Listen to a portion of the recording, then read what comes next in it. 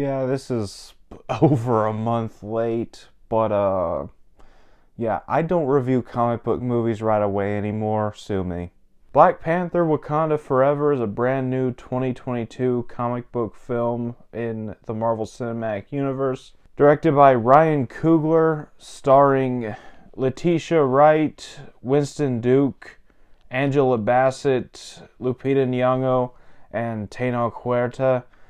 And yeah, this movie came out last month, and I fully meant to review this when I first saw it last month, but I had a random realization that I should not review comic book movies right away anymore because back in, what was it, June, July, whenever Thor Love and Thunder came out, I reviewed that right away, and I gave it a 7 out of 10. And then I rewatched it a couple months later, and I realized, wow, this movie is terrible. So, yeah, blame Thor Love and Thunder. You don't get comic book movie reviews right away anymore. So I decided to go see this movie again recently and give it a little bit more thought. So here's my review for Black Panther Wakanda Forever. A month late, starting off with the good, and there's a lot that I love in this movie. First of all, just about every character gets a lot to do.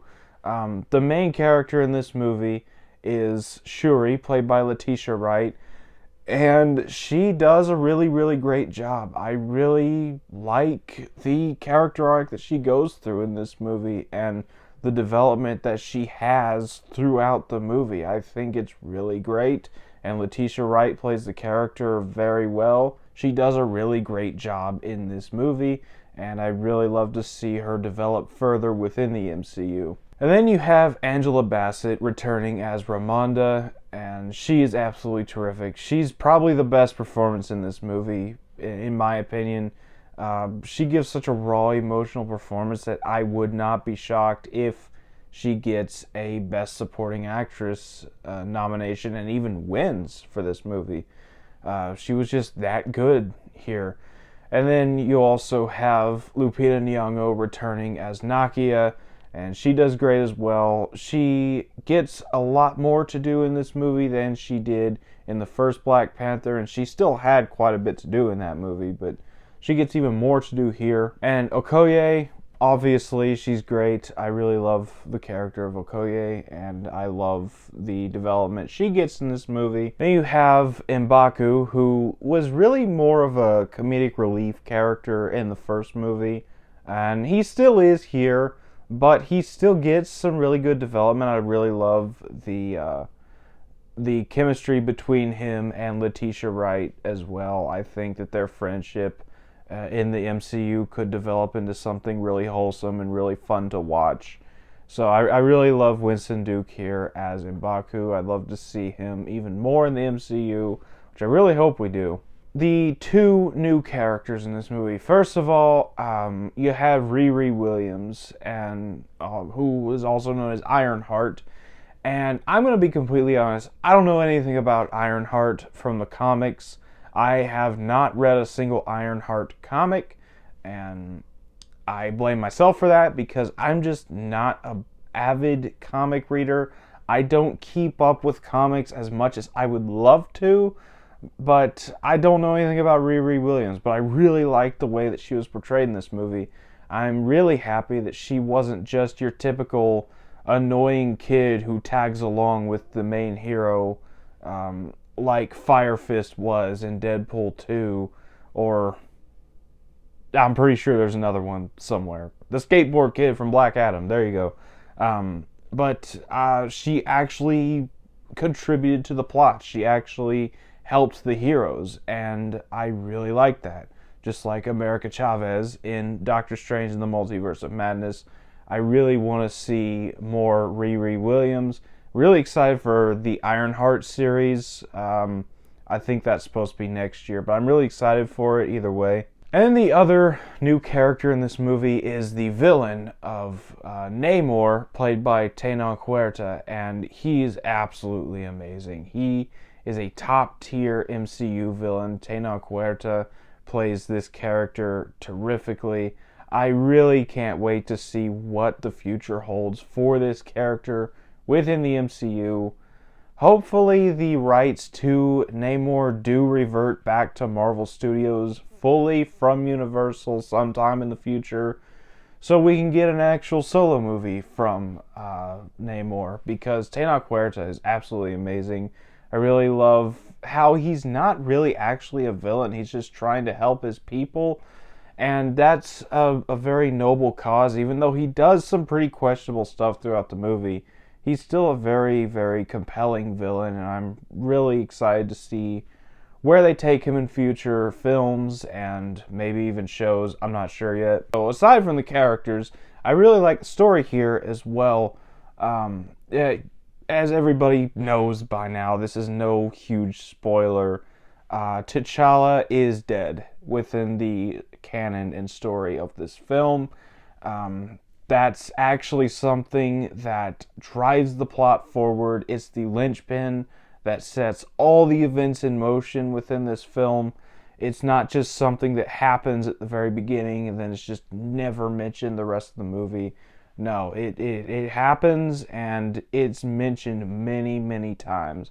And I can get the frustration with a lot of people not really appreciating the fact that they would not recast T'Challa for this movie because of the tragic death of Chadwick Boseman back in 2020. And sadly, that's just something nobody can control. What he died of, it's a very horrible thing. But the story still had to move forward. And I get the point that people are making with wanting to recast T'Challa. But I do feel like, obviously it wasn't planned for T'Challa to die. It just, the way they mesh it into the story, it just felt natural and like it was always planned, even though it wasn't. It's just a really emotional story because of that plot point and the way they honor the character of T'Challa and Chadwick Boseman as an actor. It's just really great. And then aside from that, you have all the action pieces. There are a lot of fun in this movie.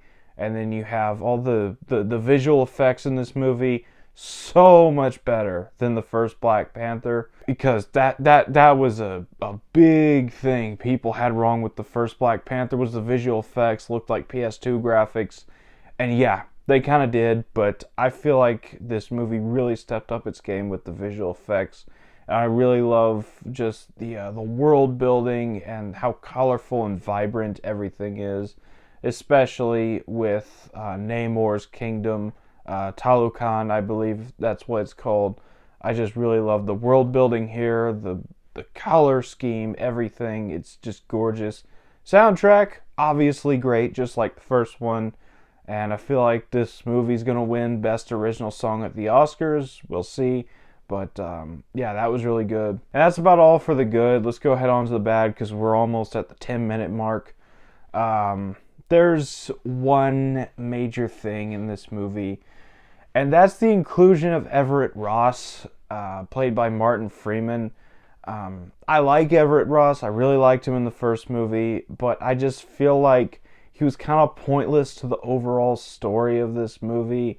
Like, it was nice to have him in one scene, but then every single time he showed up throughout the story, it just felt a little pointless by the end of it.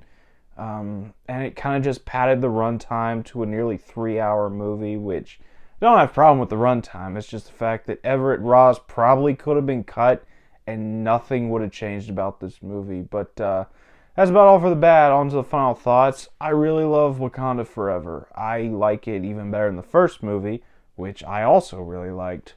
Black Panther Wakanda Forever is one of the best movies of the year. It's one of the best MCU movies. It's one of the top tier comic book movies of 2022, and I'm going to give it a 9 out of 10. So that was my thoughts on Black Panther Wakanda Forever. Have you seen this movie? Let me know down in the comments what you thought about it if you have. And if you enjoyed this video, don't forget to like, comment, subscribe, and I'll see you all next time.